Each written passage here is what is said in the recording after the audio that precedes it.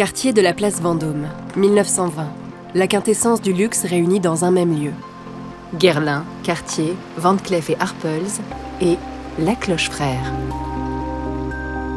Le nom de La Cloche Frères ne vient pas uniquement des 4 frères issus de la famille belge qui en tiennent les rênes.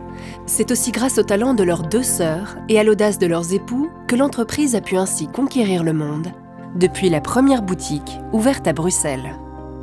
2 frères qui s'installent à Paris et 2 frères qui s'installent à Madrid. Et très vite, grâce à leur mariage, ils vont se répandre à travers les grandes villes, les stations balnéaires, à Nice, à Monaco, à Biarritz, à Saint-Sébastien. Ils vont même ouvrir une boutique à Londres. Ils sont partout. La cloche est fréquentée par la grande bourgeoisie, par les têtes couronnées, par les stars de cinéma dans les années 20.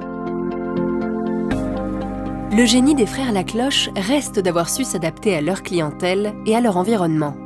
Ainsi, la succursale niçoise est la seule à proposer une charmante broche mimosa, lovée dans son écrin en osier.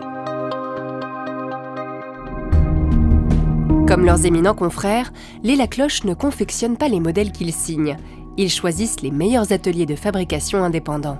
Mais c'est en incitant ces artisans à toujours plus de prouesses que Lacloche Frères a su insuffler une si délicate poésie dans ses joyaux. Par exemple, il y a un atelier qui a travaillé tout au long de l'histoire des Lacloche, qui est la Maison Berger. Ils sont spécialisés dans l'horlogerie, mais aussi ils font des boîtes de beauté, ils font des bijoux. La Maison Lacloche est très sensible à la création de son époque, et elle a toujours su innover en s'inspirant de l'air du temps. À ses débuts, en 1900, l'enseigne glorifie les 2 courants en vogue, le néoclassicisme et l'Art nouveau. Dans l'Art nouveau, ils vont même faire créer par l'atelier de Paul Fray des petits sacs dont les motifs représentent soit une chauve-souris, qui était le signe de reconnaissance des femmes homosexuelles en 1900, une hirondelle, une araignée. Donc il y a ce côté un peu naturaliste, un peu fou. Cette tendance début de siècle est bousculée à l'après-guerre, en 1920, par un besoin d'exotisme et de fraîcheur. Dans les années folles, il y a une espèce de folie pour l'Extrême-Orient. Les bourgeoises parisiennes donnent des bals masqués sur le thème de la Chine. Et chez Lacloche, ça se traduit par les décors de leurs bijoux. On voit des bracelets absolument sublimes, décorés de pagodes, de jongles, qui se promènent sur les flots. Le thème de l'Extrême-Orient hante l'exposition internationale des arts décoratifs qui focalise l'attention de la Terre entière sur Paris. En 1925 se monte cette exposition. On a oublié à quel point elle était extraordinaire. Elle occupait plus de 20 hectares dans Paris. Ça s'appelait l'exposition des arts décoratifs et industriels modernes. Et c'est cette expression qui, dans les années 60, m'a donné le terme art déco, qui est universellement connu. Il y a une trentaine de joailliers, uniquement la crème de la crème, qui s'installe dans le Grand Palais. On a une photographie, on voit Lacloche qui est là. À côté de lui, il y a Van Cleef, qui est lui-même un quartier comme voisin. Et c'est le clou de l'exposition. La Maison Lacloche y remporte un grand prix pour ses parures inspirées d'une thématique inédite en matière de joaillerie, les fables de La Fontaine.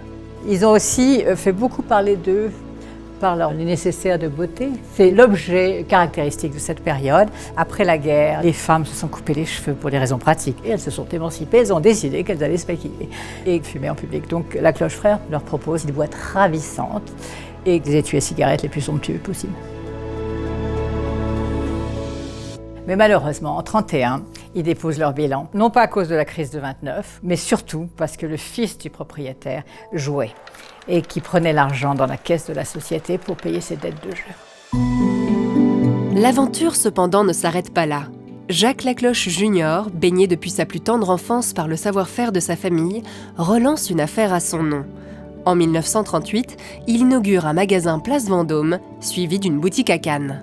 Pendant 30 ans, ça marche très bien. Il tient le haut du pavé, il a des clients très prestigieux. Il fait notamment des bijoux pour le mariage du prince Régnier avec Grace Kelly, en saphir, de la couleur des beaux yeux bleus d'actrice. Il est le premier joaillier à lancer son parfum, un flacon de parfum qui a la forme d'une cloche.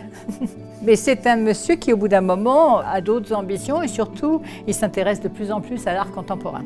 Il va fermer la boutique Place Vendôme et ouvrir une galerie pour défendre des pièces de design. Et c'est l'autre raison pour laquelle Jacques Lacloche est totalement oublié comme joaillier. Après de longues années passées dans l'ombre, le nom de cette grande maison de la joaillerie revient enfin sur le devant de la scène. l'occasion de redécouvrir ces joyaux qui ont marqué à juste titre une époque par leur originalité et leur délicatesse.